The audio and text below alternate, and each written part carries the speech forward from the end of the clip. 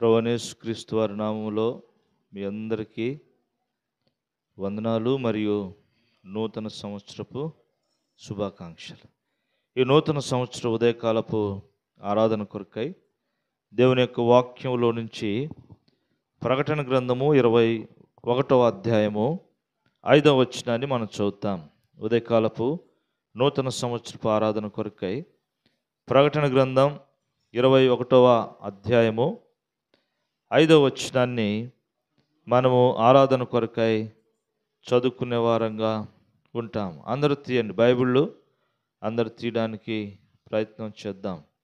ప్రకటన గ్రంథం 21వ అధ్యాయము 5వ వచనం. అంతటా నేను క్రొత్త ఆకాశమును క్రొత్త భూమిని చూచితిని. మొదటి ఆకాశమును మొదటి భూమియు గతించిపోయెను, సముద్రమును ఇక లేదు. మరియు నేను నూతనమైన యెరూషలేమును, ఆ పరిశుద్ధ పట్టణము, తన భర్త కొరకు అలంకరింపబడిన పెండ్లి కుమార్తె వలె సిద్ధపడి పరలోకమందున్న దేవుని యొద్ద నుండి దిగివచ్చుట నేను చూచితిని. ఇక్కడ మళ్ళీ 5వ వచనములోకి వెళ్ళినప్పుడు 5వ వచనములో అంటాడు, అప్పుడు సింహాసనాసనుడై ఉన్నవాడు, ఇదిగో సమస్తమును నూతనమైనవిగా చేయుచున్నానని చెప్పెను. మరియు ఈ మాటలు నమ్మకమును నిజమునై ఉన్నవి గనుక రాయమని ఆయన నాతో చెప్పుచూ ఉన్నాడు. దేవుడి వాక్యమును మన కొరకై ఆశీర్వదించును గాక. ఈ దినాల్లో మనము నూతనత్వాన్ని గురించి ధ్యానిస్తూ ఉన్నాం. నూతనత్వాన్ని గురించి ధ్యానిస్తూ ఉన్నాం. పాతవి గతించను, ఇదిగో సమస్తమును క్రొత్తవాయను. నూతన జన్మలో మనం ఏం చూడగలుగుతామంటే, దేవుడు యెహెజ్కేలు గ్రంథం 18వ అధ్యాయము 31వ వచనంలో మనం చదివితే మనకి నూతనమైన మనసుని ఇచ్చాడు, నూతన హృదయాన్ని ఇచ్చాడు, నూతన బుద్ధిని ఇచ్చాడు, నూతన ఆత్మను ఇస్తా వచ్చినాడు. యెహెజ్కేలు గ్రంథం 11వ అధ్యాయంలోను 36వ అధ్యాయం 26వ వచనంలోను 18వ అధ్యాయంలో మనం చదువుతూ వచ్చినప్పుడు, నేను మీకు నూతన హృదయమునిచ్చేదను, నేను మీకు నూతన మనసునిచ్చేదను, నేను మీకు నూతన ఆత్మని ఇచ్చేదను, నేను మీకు నూతన స్వభావమును కలుగు చేతను. నూతన స్వభావం ఎలాగూ మనకు కలుగుతూ ఉందంటే, పౌలపోస్తులు తీతుకు రాసి మాట అంటాడు. తీతు గ్రంథంలో మనం చదివితే పునర్జన్మ సంబంధమైన స్థానము ద్వారా, పునర్జన్మ సంబంధమైన స్థానం అంటే బాప్తిసము ద్వారా, పరిశుద్ధాత్ముని యొక్క అభిషేకము ద్వారా పరిశుద్ధాత్ముడు మనకు నూతన స్వభావాన్ని కలుగజేస్తూ ఉన్నాడు. నూతన స్వభావాన్ని కలుగజేసిన వాడిగా ఉంటూ వచ్చినాడు. ఎఫెసీయులకు రాస్తూ పౌలపోస్తులు 4వ అధ్యాయం 24వ వచనంలో చదివితే, మీరు మీ యొక్క చిత్తవృత్తి యందు నూతన పరచబడిన వారై, పాత స్వభావమును విడిచిపెట్టిన వారై, క్రీస్తునందు నూతన స్వభావమును ధరించుకున్న వారంగా దేవుడు మనల్ని చేస్తూ వచ్చినాడు. అందుకనే మనం ప్రభువుని ఆరాధించే ప్రజలంగా ఉండాలి. ప్రభువుని ఆరాధించే ప్రజలంగా. ఒకటి, నూతన జన్మ అనుభవము. మన స్వభావం మారింది, మన హృదయము మారింది, మన ఆత్మ మారింది, మన మనస్సు మారింది. నూతనమైన అంతా కూడా నూతనమే. ఇక పాతది ఏది కూడా లేదు, పాత హృదయం లేదు. ఇర్మియా గ్రంథం 17వ అధ్యాయం 9వ వచనంలో రాయబడ్డట్టు, ఇదిగో మోసకరమైన హృదయము, ఘోరమైన హృదయము లేనే లేదు. అలాగని యెహెజ్కేలు గ్రంథం 36వ అధ్యాయం 26వ వచనంలో రాయబడ్డట్టు, రాతి హృదయము లేదు, భ్రష్టమైనటువంటి హృదయము లేదు, క్రొవ్విన హృదయము లేదు, అంధకార సంబంధమైన హృదయము లేదు. కానీ దేవుడు మాంసపు హృదయాన్ని ఇచ్చాడు. మాంసపు హృదయం అంటే మెత్తనైనటువంటి హృదయం. Spirit in mind, spirit in heart. ఆత్మ సంబంధమైన హృదయము, ఆత్మ సంబంధమైన మనస్సు. దేవుడు మనకు ఆత్మ సంబంధమైన స్వభావాన్ని దేవుడు మనకి అనుగ్రహిస్తూ వచ్చినాడు. అందుకే ఉదయకాలం ప్రభువుని ఆరాధించాలి. రెండవదిగా, నూతన గీతము దేవుడు మన హృదయములో ఉంచుతా వచ్చినాడు. ఎవరు పాడుతూ ఉన్నారంట? ఎవరు పాడుతూ ఉన్నారంటే, కీర్తన గ్రంథం 40వ అధ్యాయంలో మనం చదివితే, జిగటగల ఊబిలో నుండి లేవనెత్తిన వారు పాడుతూ ఉన్నారు. ప్రకటన గ్రంథం 1వ అధ్యాయం 6వ వచనంలో పాపముల నుండి విమోచింపబడిన వారు పాడుతూ ఉన్నారు. అర్థమవుతా ఉందా? కీర్తనకారుడు ఇంకొక మాట అంటాడు, నా గోనె పట్టను విప్పి, నా గోనె పట్టను విప్పి ఏం చేశాడంటే, నాకు నాట్యము ఆడటం నేర్పిస్తూ వచ్చినాడు. దావీదు వలే నాట్యమాడి తన యొక్క వ్యసనములలో నుంచి బయటకు వచ్చిన వారు, తమ పరిస్థితుల్లో నుంచి బయటకు వచ్చిన వారు ప్రభువుని నాట్యం ద్వారా ఆరాధిస్తూ ఉన్నారు. యెషయా గ్రంథంలో 35వ అధ్యాయంలో మనం చదువుతా వచ్చినప్పుడు అక్కడ దేవుని యొక్క వాక్యములో యెహోవా చేత విమోచింపబడిన వారు పాటలు పాడుచు సియోనుకు తిరిగి వచ్చెదరు. ప్రకటన గ్రంథం 5వ అధ్యాయం 10వ వచనంలో మనం చదివితే గొర్రెపిల్ల రక్తము చేత కడగబడినటువంటి ప్రజలు ఆరాధిస్తూ ఉన్నారు. గొర్రెపిల్ల రక్తము చేత కడగబడిన ప్రజలు. చదువుతారా? ప్రకటన గ్రంథం 5వ అధ్యాయము 10వ వచనం తీయండి. ప్రకటన గ్రంథం 5వ అధ్యాయము 10వ వచనం మనం చదివితే అక్కడ వారు ప్రభువుని ఆరాధిస్తూ ఉన్నారు, ప్రభువుని గణపరుస్తూ ఉన్నారు. సింహాసనం ఎదుట, గొర్రెపిల్ల ఎదుట వారు సాగిలి పడుతూ ఉన్నారు. ప్రభువా, ఇదిగో నీ రక్తం ఇచ్చావు, ఆయా భాషల్లో నుంచి, ఆయా వంశావుల్లో నుంచి మనుషులను కొని దేవునికి ఒక రాజ్యముగాను యాజకులుగాను చేస్తువని సింహాసనం ఎదుట వారు సాగిలపడి ప్రభువుని ఆరాధిస్తూ ఉన్నారు. అందుకనే పేతురు అపోస్తలుడు కూడా 1 పేతురు 2వ అధ్యాయం 9వ వచనంలో అంటాడు, మీరు చీకటిలో నుండి ఆశ్చర్యకరమైన వెలుగులోనికి మిమ్మలను పిలిచిన వాని గుణాతిశయములను ప్రచురము చేయ నిమిత్తము రాజులైన యాజక సమూహమును పరిశుద్ధ జనమును దేవుని సొత్తైన ప్రజలునై ఉన్నారు. దేవుని సొత్తుగా చేసుకున్నాడు. మనం పరిశుద్ధమైన జనాభాగా చేశాడు. పరిశుద్ధమైన జనముగా, దేవుని ప్రజలనుగా, ఆయన కుమారులనుగా, ఆయన కుమార్తెలనుగా మనల్ని స్వీకరించాడు. అందుకే ప్రభువుని ఆరాధించాలి. నూతనమైన ఆరాధన. మీరు మీకు తెలియని దానిని ఆరాధించువారు, మేము మాకు ఎరిగిన దానిని ఆత్మతో సత్యముతో అభిషేకించబడిన ఆరాధన, నీతియుక్తమైనటువంటి బలులు ప్రభువునికి అర్పించే వారంగా ఉంటా ఉన్న 3వ తలంపు ఏంటంటే, ఈ నూతనమైనటువంటి మరి సంవత్సరంలో, నూతన సంవత్సరం సందర్భంగా మనం చూస్తూ వచ్చినప్పుడు కొన్ని విషయాలు నేను మీకు జ్ఞాపకం చేయాలని ఆశపడతా ఉన్నాను. చదువుతాం రండి. యెషయా గ్రంథం 40వ అధ్యాయము 31వ వచనం. యెషయా గ్రంథం 40 అధ్యాయము 31వ వచనం చదివితే ఎక్కడంటాడు, యెహోవా కొరకు ఎదురు చూచువారు నూతన బలమును పొందుదురు. ఏమిచ్చాడంట దేవుడు? మనకి ఏమిచ్చాడంట? నూతన బలాన్ని ఇచ్చాడు. నూతన బలం, న్యూ స్ట్రెంగ్త్. ఎందుకు? ఆయన కొరకై ఎగురుట కొరకై, ఆయన కొరకై పరిగెత్తుట కొరకై, ఆయన కొరకై సొమ్మసిల్లక పనిచేయుట కొరకై, ఆయన కొరకై సాగిపోవటానికి కొరకై దేవుడు మనకు ఏమిచ్చాడంట? నూతన బలం. ఒకప్పుడు సాతాను బలం కింద ఉన్నాం.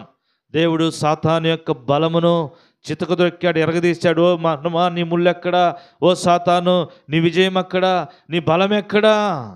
సాతాను యొక్క ముళ్ళుని ఏం చేశాడంట? విరగదీశాడు. సాతాను యొక్క తలను చితకదొక్కాడు. సాతాను పైన విజయాన్ని సాధిస్తూ వచ్చినాడు. అందుకనే ఉదయకాలము, ప్రభువా నూతనమైన బలాన్ని నాకు ఇచ్చావు. ఇంకో మాట కూడా చదివాము 65వ కీర్తన 11వ వచనంలో, సంవత్సరమును దయా కిరీటముగా నూతన బలాన్నిచ్చి గడిచిన సంవత్సరం అంతా కూడా అన్ని విషయాల్లో కాపాడుతూ ఆయుష్ను పొడిగించి మరో నూతన సంవత్సరం మొదటి దినాన ఇలాగున ప్రభువును సేవించడానికి ప్రభు కృపణిస్తూ వచ్చినాడు. అందుకొరకు మనం ప్రభువును ఆరాధించాలి. నూతన బలమును బట్టి, మన జీవితంలో దేవుడు జరిగించిన నూతనమైన కార్యములన్నిటిని బట్టి, ఇదిగో ఈ సంవత్సరం దేవుడు నూతనమైన కార్యములు మన జీవితంలో చేయబోతున్న దానిని బట్టి ప్రభువును మనం స్తుతించి ఆరాధించే ప్రజలంగా ఉండాలి. ఇంకో మాట నేను మీకు జ్ఞాపకం చేస్తాను. ఇంకో మాట ఏంటంటే, చూద్దాం రండి. ఈ ప్రకటన గ్రంథంలో మనం వెళ్ళినప్పుడు కొన్ని నూతనమైనవి దేవుడు మనకి ఇవ్వాలని ఇష్టపడతా ఉన్నాడు. రండి, ప్రకటన గ్రంథం.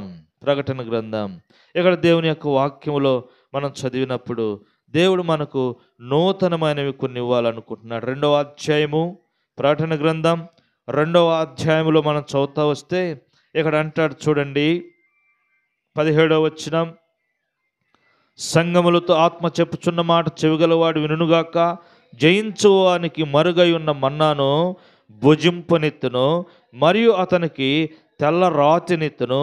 ఆ రాతి మీద చెక్కబడిన ఒక క్రొత్త పేరు ఉండను. ఒక క్రొత్త పేరు ఉండను. చూడండి, ఇదిగో జయించిన వానికి మరుగై ఉన్న మన్నాని ఇస్తా ఉన్నాడు. మరుగై ఉన్న మన్నా అంట. ఆ దినాలలో దేవదూతలు భుజించే మన్నా ఇశ్రాయేలీయులు అరణ్యములో భుజించారు, కానీ వారు గతించిపోయారు. కానీ గతించని మన్నా, మరుగై ఉన్న మన్నా ఎవరు అంటే మన ప్రభువైన యేసుక్రీస్తు వారే. మన ప్రభువైన యేసుక్రీస్తు వారే. ఇదిగో మరుగై ఉన్న మన్నాను నీకు ఇస్తాను. ఇంకా ఏమంటున్నాడో తెలుసా? ఇదిగో అతనికి తెల్లరాతినిత్తును. దాని మీద ఏం చేపించంట? చెక్కబడినటువంటి క్రొత్త పేరు పెట్టబోతా ఉన్నాడు దేవుడు మనకి. క్రొత్త పేరు, నూతనమైనటువంటి పేరు దేవుడు మనకి ఇవ్వబోతా ఉన్నాడు. అందుకొరకే మనము ప్రభువును స్తుతించి ప్రభువుని ఆరాధించే ప్రజలంగా ఉండాలి.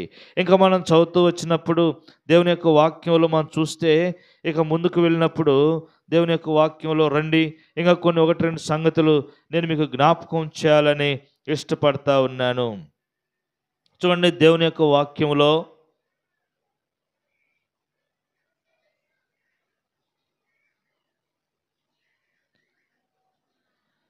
3వ అధ్యాయము, ప్రకటన గ్రంథం 3వ అధ్యాయం 12వ వచనం.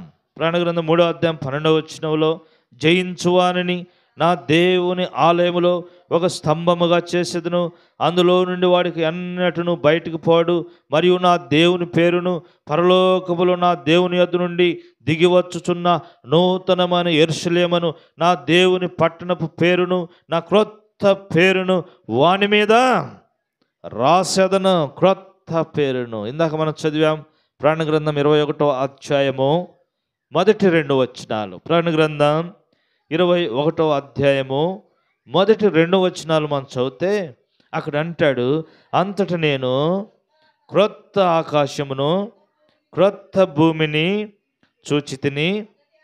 మొదటి ఆకాశమును మొదటి భూమియు గతించిపోయెను. మొదటి ఆకాశము మొదటి భూమి గతించిపోయినాయి. ఇక అన్నీ కూడా సమస్తమును నూతనమైనవిగా చేస్తూ ఉన్నాడు కదా. మరి పత్రికల్లో కూడా మనం చదివితే ఒక భక్తుడు ఇలా రాస్తా వచ్చాడు. ఏంటి అంటే, పంచభూతములు మహావేంద్రముతో ఏమైపోతుందంట? లయమైపోతూ ఉన్నాయి. పేతురు అపోస్తలుడు, పేతురు రాసిన 2వ పత్రిక 3వ అధ్యాయం. రండి, పేతురు రాసిన 2వ పత్రిక 3వ అధ్యాయము 3వ అధ్యాయము 11, 12, 13 వచనాలు. 11, 12, 13 వచనాలు. ఇవన్నీ ఇటు లయమైపోవును కనుక ఆకాశము రగులుకొని లయమైపోవును. పంచభూతములు మహావేంద్రముతో కరిగిపోవునట్టు దేవుని దినపు రాకడ కొరకు కనిపెట్టుచు అపేక్షించుచు పరిశుద్ధమైన ప్రవర్తనతోనూ భక్తితోనూ ఎంతో జాగ్రత్త గలవారై ఉండవలెను. అయినను మనము ఆయన వాగ్దానమును బట్టి క్రొత్త ఆకాశము కొరకును క్రొత్త భూమి కొరకును కనిపెట్టుచున్నాము. ఏందంట? క్రొత్త ఆకాశం కొరకు క్రొత్త భూమి కొరకు. అంటే మనకు కనపడుతున్న ఈ భూమి, ఈ ఆకాశంలో ఏం చేయబోతున్నాయి? లయము కాబోతా ఉన్నాయి. కీర్తనాకారుడు కూడా ఒక మాట అంటాడు, చదువుతాం రండి. కీర్తన గ్రంథంలో ఒక మాట మనం చదువుతాం. కీర్తనల గ్రంథం ఇక్కడ మనం చదువుతూ వస్తే, కీర్తనల గ్రంథంలో 102వ కీర్తన 25వ వచనం, 25వ వచనం, లేకపోతే 24వ వచనం, 2వ లైన్లో, నీ సంవత్సరములు తరతరములుండును, ఆది యందు నీవు భూమికి పునాది వేసితివి, ఆకాశములు కూడా నీ చేతి పనులే, అవి నశించును గాని నీవు నిలిచి ఉందువు. అవన్నీ వస్త్రం వలె పాతగిల్లును. ఒకడు అంగవస్త్రమును తీసివేసినట్లు నీవు వాటిని తీసివేయుదువు. అవి మార్చబడును.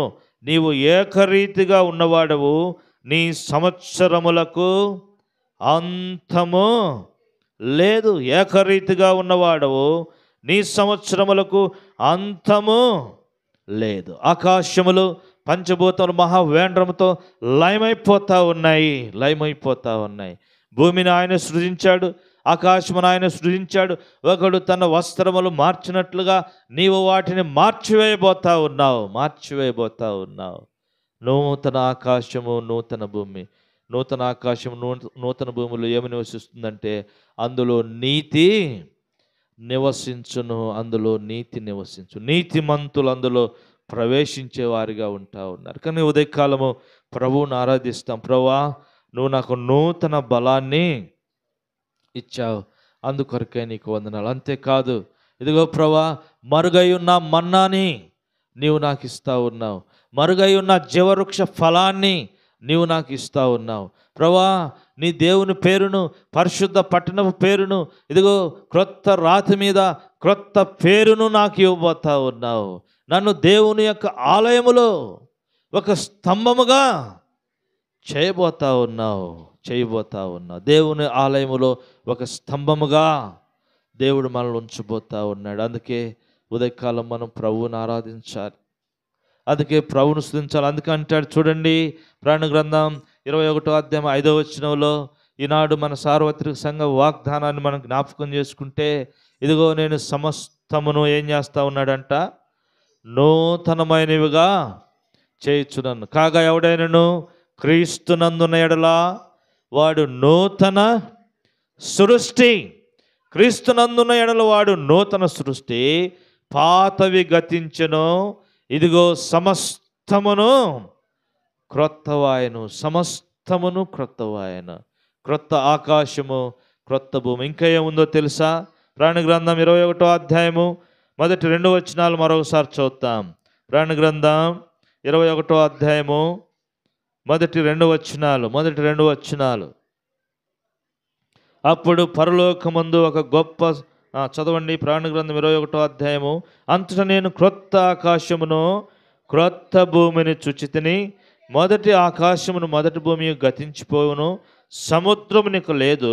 మరియు నేను నూతనమైన యెరూషలేమును, ఆ పరిశుద్ధ పట్టణము తన భర్త కొరకు అలంకరింపబడిన పెండ్లి కుమార్తె వలె సిద్ధపడి పరలోకమందున దేవుని యొద్ద నుండి దిగివచ్చుట చూచితిని. ఎలాగుందంట? నూతన యెరూషలేం. ఏంటిది నూతన యెరూషలేము? ప్రకటన గ్రంథం 19వ అధ్యాయము 6వ వచనం. ప్రకటన గ్రంథం 19వ అధ్యాయం 6వ వచనంలో నూతన యెరూషలేము ఎవరో రాయబడింది. చదువుతారా మాట? అప్పుడు గొప్ప జనసమూహమును, శబ్దమును, విస్తార జలముల శబ్దం మధ్యలోంచి చదువుతాం. మధ్యలో నుంచి ప్రభునగు మన దేవుడు సర్వాధికారియు, ప్రభునగు మన దేవుడు ఏలుచున్నాడు, ఆయనను స్తుతించుడి. గొర్రెపిల్ల వివాహోత్సవ సమయం వచ్చింది, ఆయన భార్య తను తాను సిద్ధపరచుకొని ఉన్నది కనుక మనము సంతోషపడి ఉత్సహించుదము. ఎవరంట ఈ సంఘము? ఎవరంట ఈ నూతన యెరూషలేము? గొర్రెపిల్ల వివాహోత్సవ సమయము. ఎవరి వధువు అంటే ఆయన రక్తము చేత విమోచింపబడిన ప్రజలము మనమే. ఆయన రక్తము చేత విమోచింపబడిన ప్రజలము ఒక మహోత్సవంగా ప్రభువును కలవబోతా ఉన్నాం. అందుకే దాన్ని గొర్రెపిల్ల పెళ్ళికి గుర్తుగా, సాదృశ్యంగా మరి జ్ఞాపకం చేస్తూ ఉన్నాడు, పోలుస్తూ ఉన్నాడు. మీరు అనుకో, దేవుడు ఏంది మళ్ళీ మనల్ని పెళ్లి చేసుకోవటం ఏందయ్యా? అది అట్లా కాదు. అది అర్థం కావడం కోసము అలాగ పోలిక ఇస్తూ వచ్చినాడు. దేవుడు మనల్ని ఏమంటున్నాడు? మీరు నా కుమారులను కుమార్తెలనై ఉందరు. దేవుడు లోకమును ఎంతో ప్రేమించును, కాగా ఆయన యందు పుట్టిన వాని యందు విశ్వాసం ఉంచి ప్రతివాడు నశింపక నిత్య జీవం పొందినట్లు ఆయనను అనుగ్రహించును. ఎవడైతే దేవుని యందు విశ్వాసం ఉంచుతారో వారు దేవుని పిల్లలకు అధికారమును దేవుడు అనుగ్రహిస్తూ వచ్చినాడు. ఆయనను కలిసేటువంటి విధానమును గురించి జ్ఞాపకం చేస్తూ ఉన్నాడు. ఒక పెళ్లి కుమార్తె ఒక పెళ్లి కుమారుని ఎలాగో కలుస్తూ ఉందో, ఈ పెళ్లి కుమార్తె ఒక చోట ఉంటుంది, ఈ పెళ్లి కుమారుడు ఒక చోట ఉంటాడు. వాళ్ళిద్దరూ ఒకానొక దినాన ఒక స్థలములో కలవబోతూ ఉన్నారు. ఒక నూతనమైన స్థలంలో కలవబోతూ ఉన్నారు. ఈ కలసేటువంటి పెళ్లి కుమార్తెకి నూతన యెరూషలేము అనే పేరు. నూతన యెరూషలేము, శాంతి నివాసము, నూతన యెరూషలేము. ఇదిగో పరలోకము నుంచి దిగవచ్చుట నేను చూస్తూ ఉన్నాను. నూతన యెరూషలేము యొక్క అనుభవంలోనికి దేవుడు మనల్ని నడిపిస్తూ వచ్చినాడు. అందుకే ప్రభువుని ఆరాధించాలి, అందుకే ప్రభువుని గణపరచాలి. ప్రభువా, నన్ను కూడా కలంకమైనను ముడతయను అటుది మరి ఏదైనా లేకుండా ఉండుట కొరకై ఏం చేశాడంట? వాక్యం అనే ఉదక స్నానము చేత మనలను పరిశుద్ధపరిచాడు, పవిత్రపరిచాడు. ఎఫెసీయులకు రాసిన పత్రిక 5వ అధ్యాయము చదవండి. తీసిన వారు ఎఫెసీయులకు రాసిన పత్రిక 5వ అధ్యాయము 25వ వచనం నుంచి మనం చదువుతాం. అటువలే క్రీస్తు కూడా సంఘమును ప్రేమించి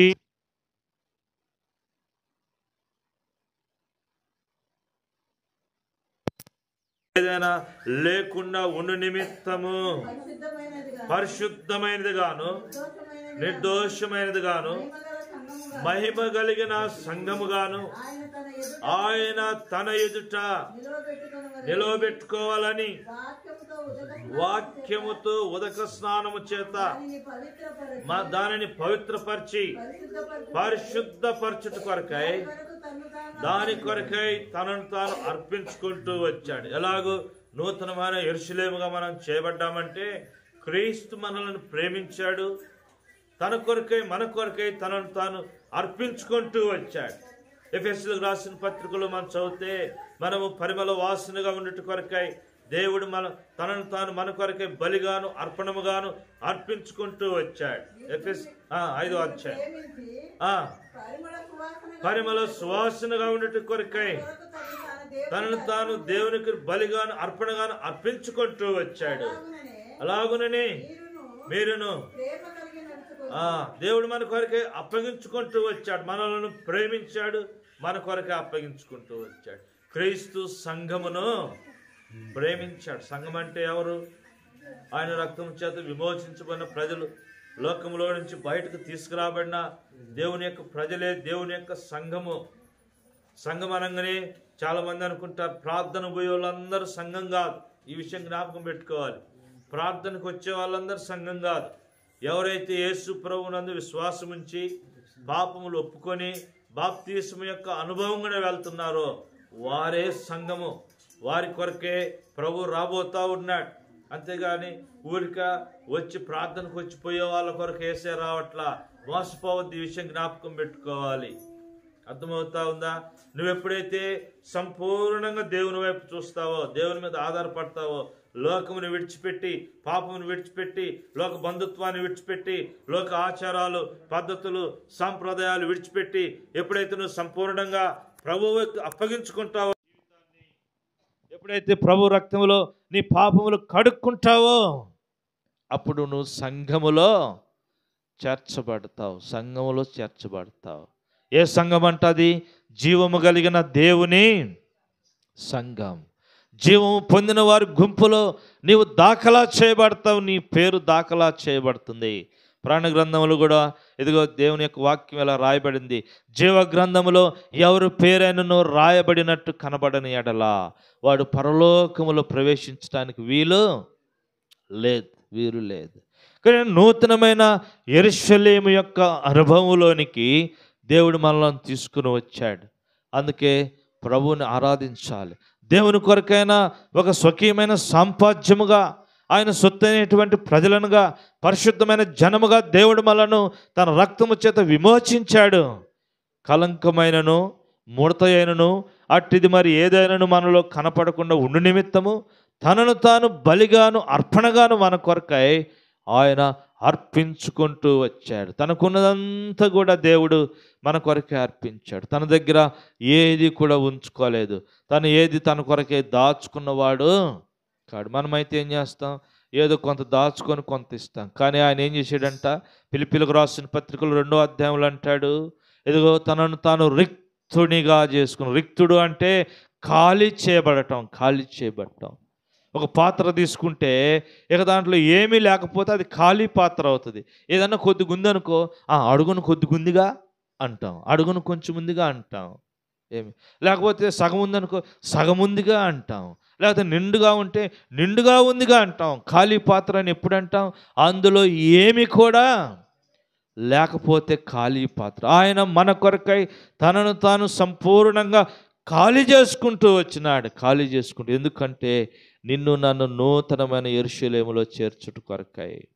ప్రాణ గ్రంథం 21వ అధ్యాయం 2-3 వచనాలు మనం చదివితే, ఇదిగో నూతనమైన యెరూషలేము, పరిశుద్ధ పట్టణము, భర్త కొరకే అలంకరింపబడిన పెండ్లి కుమార్తెను పోలి ఉన్నది. ఎలాగుందంట? భర్త కొరకే అలంకరింపబడిన పెళ్లి కుమార్తె అనుభవాలు మన జీవితంలో లేకపోలేదు. వివాహమైన వాళ్ళకే ఆ విషయం అర్థమవుతుంది కదా. మీ పెళ్ళి నాడు ఎలాగున్నారో, ఎలాగ ముస్తాబైనారో, ఎలాగ ముస్తాబైనారో మీకు అర్థమవుద్ది. పెళ్లి కుమారుడిగా చేయబడ్డ వీళ్ళు, పెళ్లి కుమారుడిగా చేయబడిన మీకు కూడా తెలుసు. పెళ్లి కొడుకుగా ఎలాగ నిన్ను తయారు చేశాడో, నీ దిష్టి సుక్క బొగ్గ సుక్క పెట్టారు, నీ నుదుటికి బాసికం కట్టారు కదా, మంచి పంచ సొక్క వేశారు. ఆ పెళ్లి దినాలు ఏం చేస్తారు తెలుసా? కొంతమంది ఇక్కడ నుంచి కళ్యాణ మంటపం అల్లంత దూరంలో ఉన్ను కూడా పెళ్లి కుమార్తెను అడగకూడదని మంచి కారు పెట్టి అక్కడికి. అందుకే హెబ్రీయులు రాసిన పత్రికలు రాయబడింది, వివాహం అన్ని విషయాలలో ఘనమైనది. వివాహం అన్ని విషయాల్లో ఘనమైనది.